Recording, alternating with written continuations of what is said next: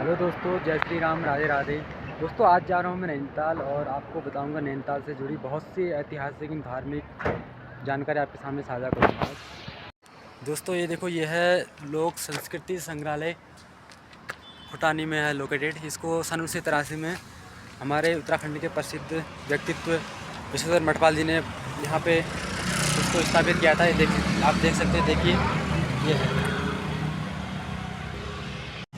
दोस्तों जो ये संग्रहालय है, इसमें हमारे उत्तराखंड की जितनी भी प्राचीन संबंधी वस्तुएं हैं, शैल चित्र हो गए, कुछ कलाएं हो गई, हमारे जितने भी इस यहाँ संजोए गए हैं उनको रखा गया है यहाँ।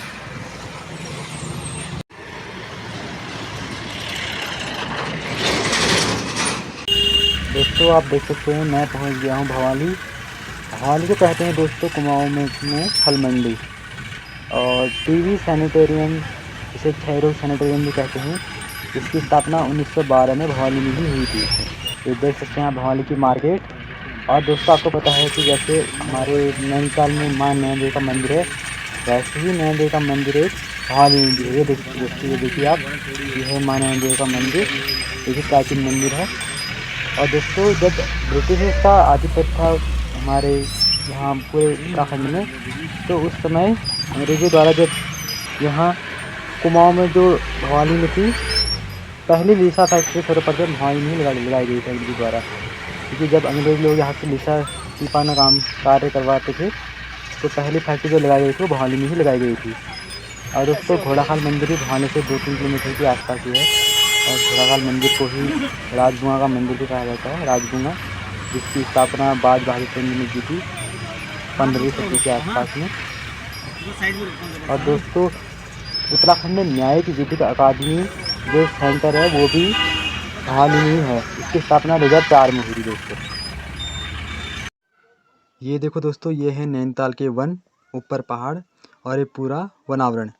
दोस्तों जैसे कि आपको पता ही होगा, 17वीं वन रिपोर्ट 2021 के अनुसार नैनीताल का जो वन क्षेत्रफल था 1% वो पहले स्थान पर था। लेकिन पिछले 2 वर्षों में जब 18वीं वन रिपोर्ट आई 2023-24 में, इसमें देखा जाए तो नैनीताल के वन क्षेत्रफल में बहुत कमी आई है। और लेकिन एक अच्छी बात यह है कि अति सघन वन यानी वेरी डेंसिटी फॉरेस्ट में नैनीताल का पहला स्थान है। दोस्तों मैं फाइनली पहुंच गया हूं नैनीताल। ये देखिए नैनीताल का नज़ारा, ये देखो दोस्तों नैनीताल का नज़ारा। अभी नैनीताल में पूरा मौसम देखो, पूरा कोहरा लगा हुआ है। ये है नैनीताल का नीचे तल्लीताल, ये तल्लीताल के नीचे मार्केट है और यहाँ पे पोस्ट ऑफिस है, और ये सामने है पुलिस चौकी। दोस्तों ये है आर्मी कैंप तल्लीताल नैनीताल का, ये देख लीजिए इसके अंदर को। दोस्तों ये है नैनीताल का सेंट फ्रांसिस चर्च, और इसकी स्थापना हुई थी 1868 में, 1868 में। और इसे लेक चर्च भी कहा जाता है दोस्तों। ये मॉल रोड में लोकेटेड है, आप देख सकते हैं। ये है दोस्तों, देखो Saint Francis Church, Lake Church. दोस्तों आप बने रहे मेरे साथ ब्लॉग में, और मैं आपको दिखाते रहूँगा नैनीताल के मनमोहक और ऐतिहासिक दृश्य। आपको यहाँ से सारी जानकारी साझा करूँगा आपके साथ में। आप बने रहे मेरे साथ ब्लॉग में। घर यहाँ पे आप देख सकते हैं, ये देखिए सुंदर पार्क है यहाँ पे। ये जो हमारे माननीय मुख्यमंत्री पूर्व मुख्यमंत्री हमारे हरीशचंद्र सिंह रावत जी थे, जब 2014 के आसपास, तो उन्होंने ही इस मूर्ति का शिलान्यास किया था। ये देखिए बाबा साहब की मूर्ति, ये हाथ में संविधान की किताब है। दोस्तों ये है बोटिंग स्टैंड, आप देख सकते हैं। यहाँ से सभी लोग सैलानी जितने पर्यटक हैं सब बोटिंग कर रहे हैं। ये सामने बोटिंग स्टैंड है तल्लीताल का। ये दोस्तों ये देखिए, मैं पहुँच चुका हूँ अभी गांधी जी की मूर्ति के पास। जैसा आपको पता ही होगा दोस्तों कि महात्मा गांधी 13 जून 1929 को कुमाऊँ की यात्रा के दौरान आए थे, और उन्होंने यहाँ के लोगों को हमारे स्वतंत्रता संग्राम में योगदान देने के लिए उनको प्रेरित किया था। और गांधी जी की यहाँ मूर्ति देखिए, आप देख सकते हैं। और ये चरखा भी है, चरखा एक स्रोत पाया जाता है इससे, देखिए दोस्तों ये। और एक गांधी जी की मूर्ति है। गांधी जी के 3 मंदिर, बुरा मत बोलो, बुरा मत सुनो और बुरा मत देखो, ये तल्लीताल में लोकेटेड है दोस्तों। गांधी जी की मूर्ति आप देख सकते हैं यहाँ दोस्तों। ये सामने देख सकते हैं आप, ये है पुलिस सहायक केंद्र तल्लीताल का, और इसके सामने है गांधी जी की एक और मूर्ति। उन्होंने हाथ में एक लाठी लिए और हाथ में एक किताब है, शायद हिंदू स्वराज या यंग इंडिया इनकी पुस्तक होगी कोई। ये उनकी मूर्ति देख सकते हैं तल्ली ताल। दोस्तों ये है तल्ली ताल से नैनीताल नज़ारा। अभी आपको बताऊंगा कुछ मैं यहाँ से जुड़ी बेसिक जानकारी आपको।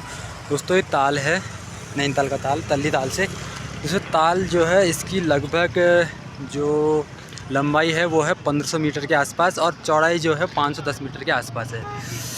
और इस ताल को दोस्तों माँ नैना देवी के आँख नैन के आकार के होने के कारण इसको नैनीताल कहा जाता है, नैनी झील। दोस्तों जो आपको ऊपर पहाड़ियाँ दिख रही हैं ना, ये नैनीताल की पहाड़ियाँ हैं। ये देखो इस तरफ को, यहाँ कोई नैनीताल ये है और इसके चार तरफ जो है पहाड़ियाँ हैं। ये नैनीताल जो है 7 पहाड़ियों से घिरा हुआ है, जिनमें मुख्य पहाड़ियाँ हैं शेर का डंडा, आयर पाटा और चाइना पीक, स्नो व्यू। ऐसी मुख्य 7 पहाड़ियों से घिरा हुआ है नैनीताल। ये है सामने लाइब्रेरी दुर्गा शाह नगर पालिका पुस्तकालय नैनीताल। ये 20 माल रोड के किनारे है दोस्तों। अब हो चुकी है रात। एक बार दोस्तों नैनीताल में एक चीनी बौद्ध भिक्षु आए थे यहाँ ध्यान करने के लिए, और वो बाद में चीना बाबा के नाम से जाने जाते हैं। ये है उनका मंदिर। दोस्तों यहाँ के लोग मानता है कि एक बार एक रेंजर ने इनके मंदिर को ध्वस्त कर दिया था और उसके बाद ये चीना बाबा उनके सपने में आए थे और उसने पुनः इस मंदिर का निर्माण करवाया था। तब से दोस्तों चीना बाबा नैनीताल के रक्षक के रूप में जाने जाते हैं। और इनका मंदिर जो है ये मोहनगो चौराहे से थोड़ा सा ऊपर पे है, हाई कोर्ट वाली रोड पे, जैसे कि आप देख सकते हैं दोस्तों। ये देखो दोस्तों नैनीताल हाट की मार्केट।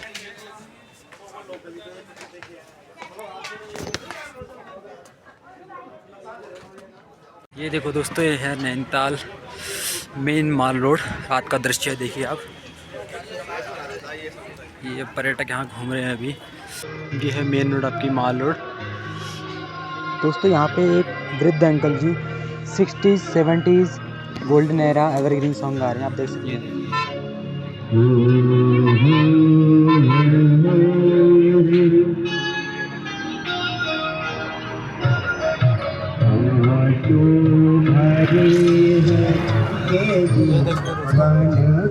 कैसे गाना गा रहे हैं अंकल जी, बहुत ही सुंदर।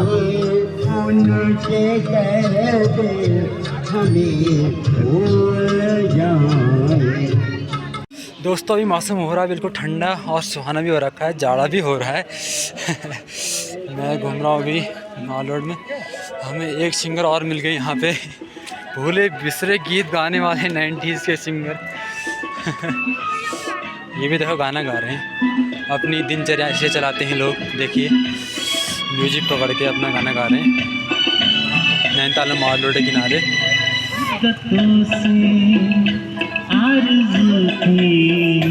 जिंदगी में कोई आए, सुनी सुनी जिंदगी में आके शम्मा झिलमिलाए। आप आए तो रोशन जमाना हो गया, एक हसी शाम को। ये देखिए दोस्तों कितने अच्छे से गाना गा रहे हैं, मौसम के हिसाब से गा रहे हैं। दोस्तों हमें एक और मिल के यहाँ पे व्यक्ति देखो अपने डांस कर रहे हैं यहाँ पे पॉप डांसिंग कर रहे हैं दोस्तों, देखो आप।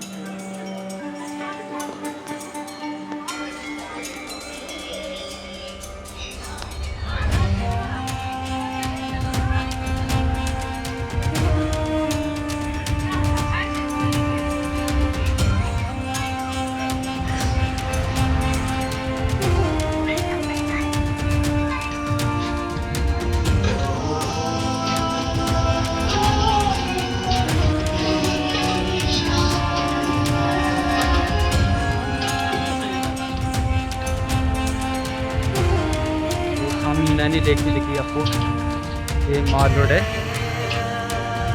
सामने सबवे है, सबवे के सामने कर रहे हैं।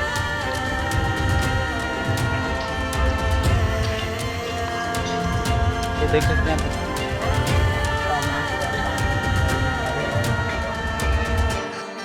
दोस्तों, ये रात का दृश्य है। ये है सामने नैनी लेक और इस तरफ जो दिख रहा है आपको ऊपर को है राजभवन। यहाँ पुलिस लाइन है इस तरफ को, और ये सामने है ठंडी सड़क। ये ऊपर फांसिया गदेरा है यहाँ है। आपको कल सुबह दिखाऊंगा मैं, अभी रात हो चुकी है। और ये जो ठंडी सड़क है सामने दिख रही है आपको, यहाँ इस तरफ को मंदिर हैं सारे, और नैना देवी मंदिर ऊपर मल्लीताल में वहाँ पे है। ये सारे यहाँ पे मंदिर हैं, 3-4 मंदिर यहाँ पे, पाषाण देवी मंदिर, गोली देवता मंदिर, शनिदेव मंदिर और महादेव का मंदिर है यहाँ। कल दिखाऊंगा आपको। जय श्री राम दोस्तों, राधे राधे। अभी देख सकते हैं आप सुबह का नज़ारा नैनीताल में। सुबह के बजे हैं अभी 7 और आपको दिख रहा होगा नैनीताल का दृश्य। ये देखिए नैनी लेक हो गया, माल रोड मेन रोड, और ऊपर मल्लीताल, ये ठंडी सड़क। दोस्तों आपको पता ही होगा जैसे कि नैनीताल की स्थापना 1891 में हुई थी। उस समय अंग्रेज़ों का ही आधिपत्य था यहाँ पे।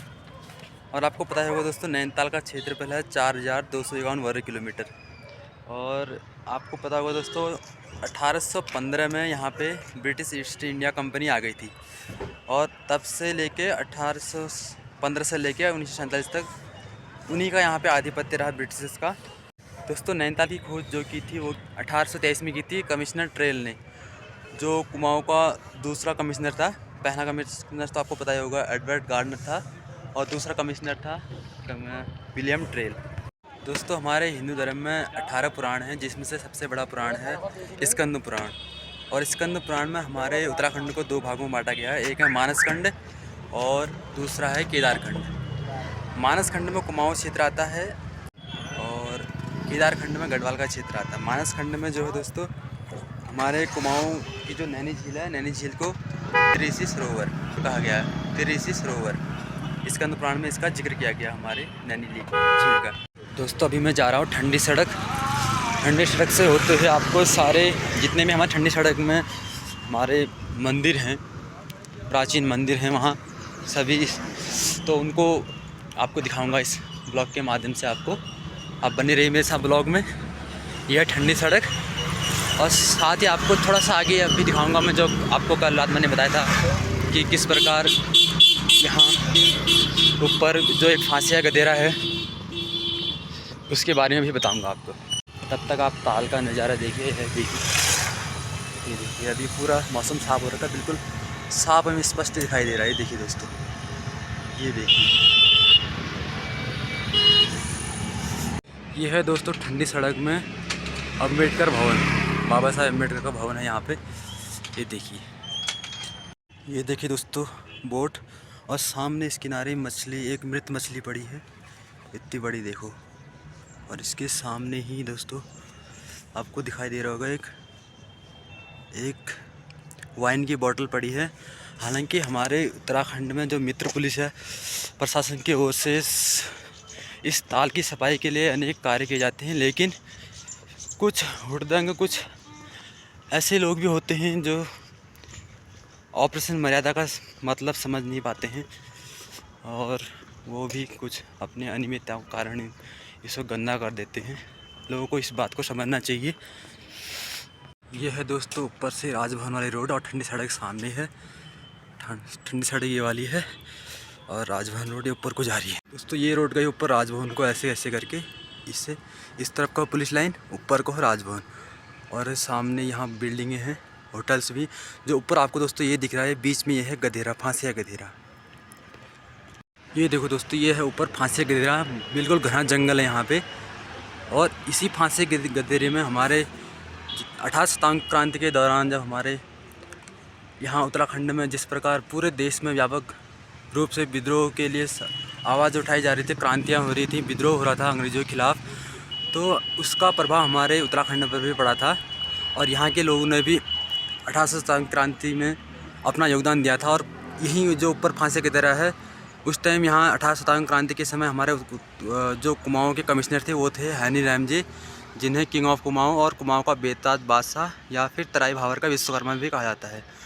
उसी समय दोस्तों जितने भी लोग 18 सितंबर की क्रांति के दौरान हमारे उत्तराखंड में कुमाऊँ क्षेत्र में जितने भी लोग यहाँ पे मतलब 18 सितंबर क्रांति के दौरान संलिप्त पाए जाते थे, जो अपने उस क्रांति के दौरान क्रांति में, तो अंग्रेज़ों द्वारा उनको यहाँ लाया जाता था। इस फांसी के गधेरे में उनको फांसी दी जाती थी, जबरन पकड़ के लाया जाता था यहाँ पे। और एक थी चांदमारी की प्रथा, ऊपर इसके पीछे पहाड़ियाँ हैं, वहाँ से चांदमारी की प्रथा के अंतर्गत उनको ऊंची पहाड़ से धक्का दे दिया जाता था। जितने भी लोग क्रांति में संलिप्त पाए जाते थे। यह है दोस्तों ऊपर फांसी का गधेरा। दोस्तों अभी मैं चल रहा हूँ ठंडी सड़क में और यहाँ से अभी आपको मंदिर के सारे दर्शन कराऊंगा। और जैसा कि आपको पता ही होगा दोस्तों, 1823 में यहाँ पे जो कुमाऊँ के दूसरे कमिश्नर थे, कमिश्नर ट्रेल, उन्होंने नैनीताल की खोज की थी। लेकिन उन्होंने इस बात को अंग्रेज़ों से छिपा कर रखा था, क्योंकि वो चाहते थे कि यहाँ के धार्मिक जो लोगों की आस्थाएं हैं, धार्मिक भावनाएं हैं, उनको ठेस ना पहुँचे। इसलिए उन्होंने, कमिश्नर ट्रेल ने उसको अंग्रेज़ से छिपा कर रखा, क्योंकि अंग्रेज़ जहाँ तहाँ अपनी कंपनियाँ स्थापित कर रहे थे, उपनिवेश बना रहे थे और दमनकारी नीति के कारण दोस्तों 1839 फिर यहाँ पे आए थे चीनी यात्री पीटर बैरन, और उन्होंने नैनीताल की खोज की थी। उसके बाद दूसरी बार जब वो 1841 में आए थे, 1841 में पूर्ण रूप से नैनीताल की खोज हुई थी। और इस बात का जिक्र उन्होंने अपनी पुस्तक हिमालय में भी किया है। उनकी एक पुस्तक है हिमालय, उसमें उन्होंने जिक्र किया है। उस समय यहाँ के एक थोकदार थे जिनका नाम था नूर सिंह था। तो अंग्रेज़ों ने उनसे जबरन यहाँ के भूमि पर कागज़ों पर हस्ताक्षर करवा लिए थे, और तब जाके यहाँ पे ये सारी नैनीताल अंग्रेज़ों के दायरे में आ गई थी। जो चीन से चीनी यात्री थे वो व्यापारी भी थे, पीटर बैरन, और नैनीताल में बनने वाला पहला घर भी पीटर बैरन का ही था। उनके घर को कहा जाता है पिलग्रिम हाउस या पिलग्रिम भवन। ये देखिए दोस्तों, मैं पहुंच चुका हूं माँ पाषाण देवी के मंदिर में, जैसा कि आप देख सकते हैं। दोस्तों माँ पाषाण देवी के बारे में यहाँ पे लोग मान्यता है और विश्वास भी है कि जो भी यहाँ पे मंदिर में माँ पाषाण देवी के दर्शन करता है, और माँ पाषाण देवी उसकी मनोकामना तो पूर्ण करती ही है।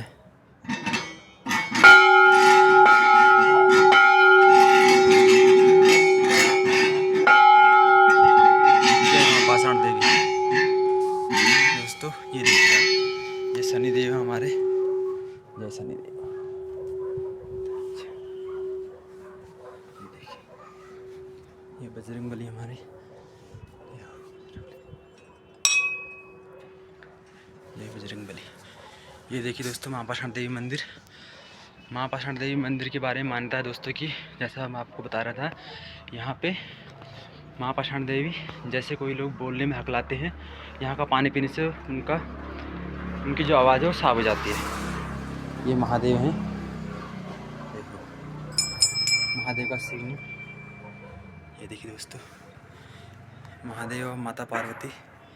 ये देखिए दोस्तों, जैसा कि मैंने आपको बताया कि माँ पाषाण देवी के मंदिर के पानी पीने से हकलाने की समस्या दूर हो जाती है, और भी सारी जितनी भी समस्याएं दूर हो जाती हैं। ये आपको पता होगा, जैसे माँ पाषाण देवी मंदिर है, इसके जस्ट नीचे ये सामने रोड होगी ठंडी सड़क, और इसके ताले किनारे बजरंगबली का मंदिर है। बहुत ही प्राचीन मंदिर है। पहले यहाँ जब 2016 में आया था तो ये मंदिर खुला था, पूरी तरह से प्रतिबंधित कर दिया गया यहाँ पे, ताकि किसी को कोई किस तरह का नुकसान ना हो। और जस्ट ताले किनारे आप देख सकते हैं, ये देखिए यहाँ से बंद कर रखा है, गेट था मंदिर का तो इसको बंद कर रखा अब। दोस्तों आपको पता ही होगा, जैसे जो हमारे उत्तराखंड के पहले निर्वाचित मुख्यमंत्री थे श्री नारायण दत्त तिवारी जी, उनका जन्म भी यहीं नैनीताल में हुआ था 18 अक्टूबर 1925 समथिंग, ऐसा ही है, मुझे अभी रिकॉल नहीं हो रहा है। तो नैनीताल के बलुटी गाँव में हुआ था उनका जन्म, और वो हमारे आपको पता ही है विकास पुरुष कहे जाते हैं। अभी तक पूरे उत्तराखंड में पूरे 5 वर्ष का कार्यकाल उन्हीं का ही रहा है। ये देखो दोस्तों, ताल में भी कितनी मच्छियाँ एक साथ इकट्ठी हुई हैं। देखो ये देखो देखो देखो कैसे नाच रही मच्छियाँ। ये देखो दोस्तों,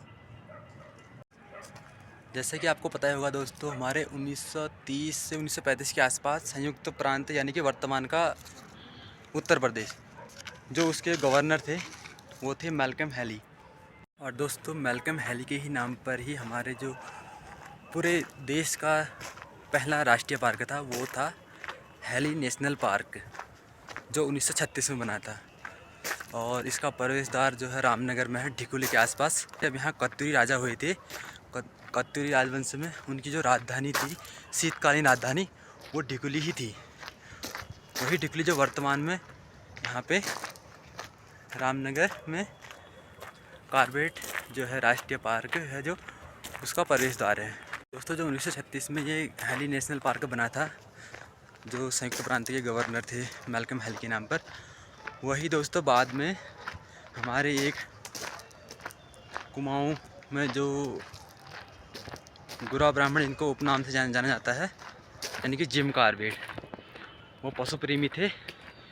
पहले वो बाघों का शिकार करते थे, लेकिन बाद में उन्होंने बाघों को मारना छोड़ दिया था, क्योंकि उन्हें लगता था जिस प्रकार इंसानों को बाघों से खतरा है, उसी प्रकार बाघों को भी इंसानों से खतरा है। उसी प्रकार बाघों के संरक्षण के लिए यहाँ पे जो राष्ट्रीय पार्क बना था, पहला कॉर्बेट नेशनल पार्क बना था। दोस्तों 1957-58 के आसपास में जो जिम कॉर्बेट थे, वो यहाँ नैनीताल को छोड़कर अपने आयरलैंड चले गए थे, और वहीं के मूल निवासी थे वैसे वो, लेकिन रहते भारत में थे। जब वो चले गए थे 1957 में, तो उसके आसपास उनकी फिर मृत्यु भी हो गई थी। तो उनको सम्मान देने के लिए हमने जो हमारा जो हैली नेशनल पार्क है, इसका नाम फिर उन्हीं के नाम पर जिम कॉर्बेट नेशनल पार्क कर दिया गया था। ठंडी सड़क में महादेव का मंदिर, जैसा कि आप देख सकते हैं, ये देखिए महादेव का मंदिर है ऊपर, और बजरंगबली की मूर्ति भी है यहाँ पे। और इसी के सामने 2 मंदिर और हैं। एक मंदिर हमारे कुमाऊं के प्रसिद्ध हमारे न्याय के देवता the God of justice Golu देवता का मंदिर, हालराय के पुत्र झालराय के पुत्र गोलू देवता, जय गोलू देवता, माता कलिंगा के पुत्र। ये देखिए दोस्तों, ये है हमारे गोलू देवता का मंदिर। बजरंगबली की मूर्ति भी अंदर। ओम श्री 1008 गोलू देवताय नमः। ओम सम शनिश्चराय नमः, हमारे शनि देवता का मंदिर। ये देखिए दोस्तों, पानी की पीने की व्यवस्था भी यहाँ पे, और सामने मंदिर है शनि देवता का मंदिर। अभी पूजा पाठ भी हो रही है यहाँ पे, और भजन कीर्तन भी हो रहे हैं। ये देखिए दोस्तों, पुजारी जी पूजा कर रहे हैं भी मंदिर में।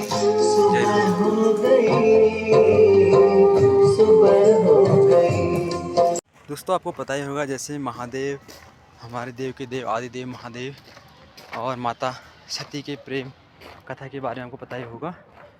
जब माता सती ने अपने को दक्ष प्रजापति के महल में अग्नि में समाहित कर लिया था, तो उस समय महादेव ने अपना रौद्र रूप बनाया, और माता सती को लेकर रोने लगी पकड़कर।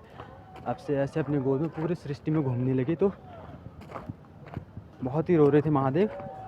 तो ऐसे चलते चलते जहाँ जहाँ पे माता सती के अंग गिरते गए, वो शक्तिपीठ के रूप में स्थापित होते गए। ऐसे ही दोस्तों, माता का जहाँ जहाँ पे जो अंग गिरा, वहाँ पे शक्तिपीठ स्थापित हुआ।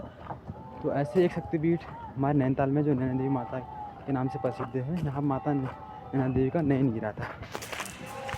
दोस्तों जो माता नैना देवी का मंदिर है, इसका निर्माण मोतीराम शाह जी के द्वारा कराया गया था। और जब यहाँ 18 सितंबर 1880 को जब यहाँ भीषण भूस्खलन आया था दोस्तों, तो उसके कारण यहाँ पे मंदिर क्षतिग्रस्त भी हो गया था। इसका फिर उसके बाद में पुनर्निर्माण भी कराया गया था। और दोस्तों जो ये भूस्खलन आया था 1880 में, इसमें लगभग 151 लोग काल कल्पित हो गए थे। दोस्तों यहाँ पे ठंडी सड़क ख़त्म होती है, और ये सामने भोटिया मार्केट है, और जस्ट हम पहुँच चुके माँ नैना देवी के मंदिर में। ये देखिए दोस्तों,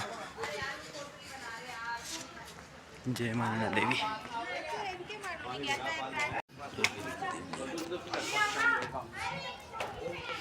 ये देखिए दोस्तों, माँ नैना देवी का मंदिर।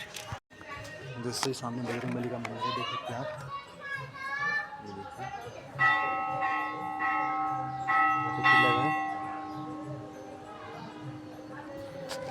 जय जय।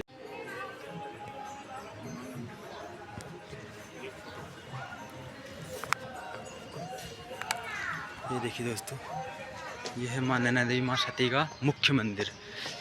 ये देखिए दोस्तों, ये सारे पर्यटक, सारे भक्त यहाँ पे आए हैं माँ नैना देवी के दर्शन करने के लिए। जय माँ नैना देवी। दोस्तों माँ का मुख्य मंदिर है।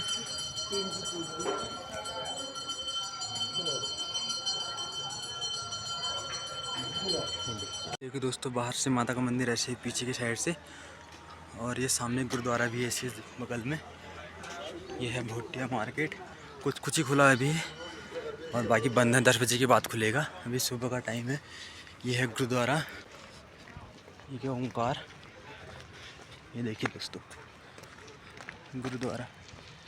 जय हो वाहिगुरु जी का खालसा वाहिगुरु जी की फतेह। दोस्तों अब मैं पहुंच चुका हूं नैनीताल के मैदान में। इस तरफ को पार्किंग है और पार्किंग के जस्ट पीछे है तिब्बती मार्केट, भोटिया मार्केट। और ये देखिए दोस्तों, ये है नैनीताल का मैदान। इसे बोला जाता फ्लैट्स, फ्लैट्स या नैनीताल का फ्लैट्स मैदान। ये देखो दोस्तों, ये सामने मस्जिद भी है और ये अमर उजाला का ये आपको दिख रहा होगा बिल्डिंग। और सामने जो दोस्तों ये दिख रहा है आपको, ये वाला है, ये है नगर पालिका। इसकी स्थापना हुई थी दोस्तों, नैनीताल की नगर पालिका, इसकी स्थापना हुई थी 1873 के आसपास, 1873 में हुई थी इसकी स्थापना। और ऊपर देखो दोस्तों, ये नैनीताल है। यहाँ पे रज्जू मार्ग भी है, आपको दिख नहीं रहा होगा वैसे, रस्से जैसे दिख रही है। तो ये यहाँ पे मैं उंगली लगा रहा हूँ, ये सीधे है रोप वे, रज्जू मार्ग बोलते जिसको हम। यहाँ सीधे स्नो व्यू जाता है और सैलानी अभी घूमते हैं। अभी तो वैसे सुबह का मौसम अभी खुला नहीं होगा है। अभी मैं नैनीताल के मैदान में हूँ, देख सकते हैं आप। ये देखिए दोस्तों, और ऊपर पहाड़ियाँ हैं नैनीताल के ऊपर इस तरफ को। ये देखिए, ये ऊपर पूरे गांव बसे हैं, सारे मकान हैं और यहाँ पहाड़ी लोग ही रहते हैं ऊपर इस साइड को। इसको 7 नंबर भी कहते हैं यहाँ लोकल की भाषा में। दोस्तों नैनीताल को झीलों की नगरी और सरोवर नगरी भी कहा जाता है। प्राचीन समय में नैनीताल को दोस्तों खड़देश भी कहा जाता था और चंद्रवंश के समय में इसको छकाता परगना भी कहा जाता था। 1854 में दोस्तों कुमाऊं मंडल का मुख्यालय नैनीताल स्थापित किया गया था और 1854 में ही कुमाऊं कमिश्नरी का जो मुख्यालय था वो अल्मोड़ा से लेके यहाँ नैनीताल स्थानांतरित किया गया था। दोस्तों कुमाऊं यूनिवर्सिटी और गढ़वाल यूनिवर्सिटी की स्थापना 1973 में की गई थी। दोस्तों अब पहुँच चुका हूँ मैं मल्लीदाल नैनीताल, जैसे कि देख सकते हैं। यह है दोस्तों आर्य समाज की बिल्डिंग, आर्य समाज ज्ञानोदय पुस्तकालय। यह है दोस्तों देखो आर्य समाज की बिल्डिंग, और इसकी स्थापना हुई थी दोस्तों 1902 में। आर्य समाज ये मल्लीताल में स्थित है दोस्तों, ये देखिए। तो आपको पता ही होगा हमारे कुमाऊं केसरी बद्रीदत्त पांडे जी। यह है दोस्तों बीडी पांडे, आज के जिला चिकित्सालय नैनीताल। बद्रीदत्त पांडे जी का पूरा ही दिख रहा है आपको, पूरी बिल्डिंग है अस्पताल की। ये देख सकते हैं आप, हमारे बीडी पांडे जो कुमाऊं केसरी के रूप में जाने जाते हैं। ये देखिए दोस्तों हमारे यहाँ कुमाऊं परिषद की स्थापना हुई थी 1916 में और इसके कुल 6 अधिवेशन हुए थे, जिसमें से 5वें अधिवेशन की अध्यक्षता की थी हमारे बद्रीदत्त पांडे जी ने 1923 में, जो हुआ था टनकपुर में, चंपावत में हुआ था। और उन्हीं के नाम पर सामने आपको दिख रहा होगा, यह है बीडी पांडे अस्पताल और ये कुमाऊं केसरी के रूप में जाने जाते हैं। और इन्होंने बरेली प्रवास के दौरान 1937 में कुमाऊं के इतिहास नामक पुस्तक भी लिखी थी। दोस्तों अब हम पहुंच चुके हैं नैनीताल उच्च हाईकोर्ट के सामने। अभी आपको दिखाता हूँ हाईकोर्ट। हाईकोर्ट के अंदर जो है फ़ोटोग्राफी बना है, मैं आपको बाहर से दिखाऊंगा कि किस तरह हाईकोर्ट हमारे किस शैली में बना है। आप बने रहिए ब्लॉग के साथ। दोस्तों यह है उत्तराखंड का हाईकोर्ट उच्च न्यायालय जो नैनीताल में स्थित है। उच्च न्यायालय के अंदर से वीडियोग्राफी और फोटोग्राफी मना है दोस्तों, इसलिए हमें भी हाईकोर्ट के आदेशों का पालन करना चाहिए और सम्मान करना चाहिए। लेकिन मैं इसकी सिर्फ बाहर से ही वीडियो बना रहा हूँ। दोस्तों हाईकोर्ट भवन का निर्माण कार्य जो शुरू हुआ था 1897 में हुआ था, 1897 में, और जो पूर्ण हुआ था वो हुआ था 1900 में। इसके निर्माणकर्ता थे सर सेंटोनी मैकडोनाल्ड और इसका डिजाइन दिया था स्टीवेंस ने। और जो हाईकोर्ट की हमारी जो शैली है वो है गौथिक शैली। इसमें टोटल 113 कमरे हैं। दोस्तों हमारे वर्तमान में उत्तराखंड हाईकोर्ट के जो मुख्य न्यायाधीश हैं उनका नाम है श्री नरेंद्र गुहानाथन जी। दोस्तों हमारे भारतीय संविधान के अनुच्छेद 214 के तहत प्रत्येक राज्य के लिए एक एक उच्च न्यायालय की व्यवस्था की गई है और अनुच्छेद 216 के तहत प्रत्येक राज्य का न्यायालय का गठन किया जाएगा 216 के तहत। दोस्तों हाईकोर्ट के सामने भी एक चर्च है जिसकी स्थापना हुई थी 1846 में। इस चर्च का नाम है सेंट जॉन्स चर्च। जैसे कि मैंने आपको बताया था कि यहाँ पे 18 सितंबर 1880 को नैनीताल में भीषण भूस्खलन आया था, तो यहाँ पे प्रत्येक वर्ष 18 सितंबर को इस चर्च में यहाँ पे भूस्खलन में मारे गए लोगों की स्मृति में यहाँ कार्यक्रम किया जाता है। दोस्तों ये है भोटिया मार्केट का रास्ता। यहाँ से भोटिया मार्केट शुरू होती है। हमारे उत्तराखंड में 5 जनजाति हैं: थारू, भोटिया, बोक्सा, जौनसारी, राजी। और ये पाँचों की पाँचों जनजातियाँ उत्तराखंड में निवास करती हैं। इनमें से जो भोटिया जनजाति है वो यहाँ हमारे नैनीताल में भी निवास करती है, लेकिन पिथौरागढ़ के कुछ हिस्सों में भी निवास करती है, जहाँ दारमा घाटी और ब्यास घाटी से यहाँ पे निवास करती है। और ये पहले 1962 से पहले ये नीति माणा, दारमा आदि दर्रों के माध्यम से तिब्बत से व्यापार भी करते थे। जब 1962 में भारत चीन युद्ध हुआ तो उसके बाद यहाँ से इनका व्यापार जो है प्रतिबंधित कर दिया गया। भोटिया जनजाति तिब्बती और मंगोलियन जाति का मिश्रित रूप है दोस्तों।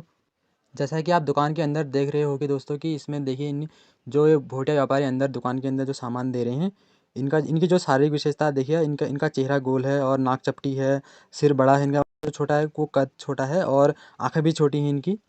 दोस्तों भोटिया जनजाति की विवाह प्रथा, धार्मिक व्यवस्था और इनकी जो सांस्कृतिक परंपरा होती है सब अलग अलग होती हैं इनकी। दोस्तों आपको पता ही होगा जो भोटिया लोग हैं इनमें एक एक प्रथा है, इनमें रंगभंग प्रथा, वो बहुत ही प्रसिद्ध है। और आपको ये पता होगा कि जो हमारे उत्तराखंड के स्वर्गीय श्री प्रहलाद सिंह मेहरा जो लोक गायक थे, उन्होंने एक रंगभंग नाम का एक गाना भी बनाया था। और उसकी आपको 2 लाइनें सुनाता हूँ। वैसे आवाज़ तो मेरी उतनी खास है नहीं, मैं आपको कोशिश करता 2 लाइनें सुनाने की। अरे बाटे में ढाकरे खोल्यो भोटिया सोकेले, अरे दणे भया इष्ट देवा भेट भई मोकेले, अरे भेट भई मोकेले रमेला बोली दे रमेला, सुरमा सरू संग बठी घर बार बनूला, खोला परी धर्म चौदासा, खोला परी धर्म चौदासा। दोस्तों जो प्रहलाद मेहरा जी की ये पंक्ति है दारमा, जो इसमें शब्द आ रखा दारमा, ये पिथौरागढ़ और तिब्बत के बीच में एक दर्रा है, जो उस समय भोटिया लोग व्यापार के लिए उस समय ये इस दर्रे से व्यापार करते थे। और जो इस गाने की पंक्ति में चौदास और सौ का शब्द आया है, ये भोटिया लोगों की उपजाति होती है। दोस्तों इस रंगभंग प्रथा के तहत भोटिया लोग गांव के बाहर एक घर बनाते हैं और उसमें अविवाहित युवक युवतियां अपने वर का चयन करते हैं। दोस्तों चिल्ड्रन पार्क नैनीताल, ये देखिए, ये देखो ये दोस्तों यहाँ पे कुछ कुमाऊनी कलाकार हमारे कुमाऊनी संगीत को एक नया आयाम देते हुए और गाना गा रहे हैं। यहाँ पे मंच पर अपनी प्रस्तुति दे रहे हैं। देखिए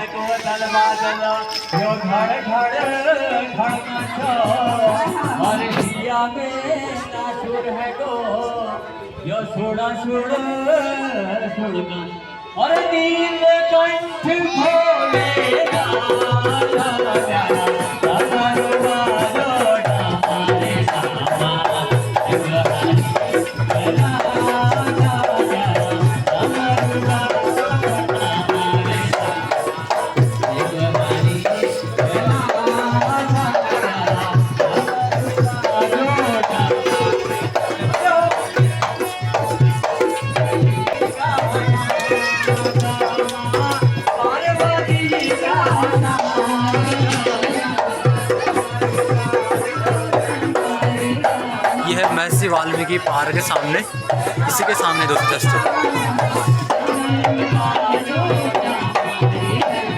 दोस्तों देखो सामने लेक में देखो कितनी मछलियां हैं। देखो ये देखो दोस्तों, और सामने ये है बोट हाउस क्लब। दोस्तों ये सामने जो दिख रहा है आपको, इसकी स्थापना हुई थी 1890 में, ब्रिटिशर्स ने की थी।